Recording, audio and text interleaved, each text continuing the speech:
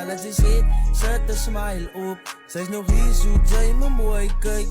Moet maar slumbies in wise dank. Ik is die bang niet, maar ik weet ook. Ik zal nooit opgeven, want dit was nooit de optie. Myself beloven dat ik aan myself daar boven top zien. Dis maar net die staat, wacht tot ik eerst eens. In my ways, ik bijt vast, ik grijp vast. Ik stap nooit met dark days. Dat ik die lijn trek in die pad sky.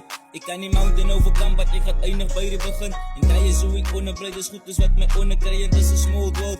En daar is die vir allemaal spice, ik hou my cirkel klein. Ek so dinge uitweek vir my, ek hou het in my brein. Die anders kos het ek maar by, ek vind maar net my lijn. Maak net sieke ek is okay, die pijn is nie vir ewig. Ek kos enig sal het weer verdwijn, so ek vat die pijn.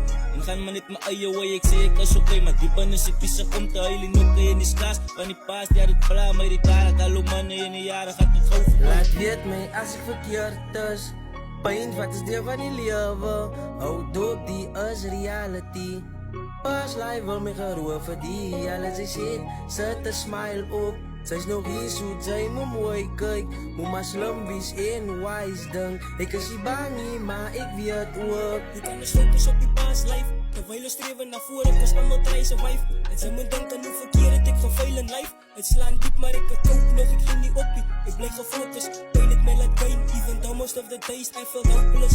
Yesterday was given once I thought there was no other way. So nowadays I'm just praying for better days. Because ik heb gedacht dat life is easy, but het was niet. Zijn broers geloop, wat nooit dit ik een gepassie. Vandaag is ik niet blij dat ik was de vrouw van hij is. Gezien hoe broers het hoe het gaat niet dit hier mis. Ik zie hoe mensen zwakker en die laat me stress.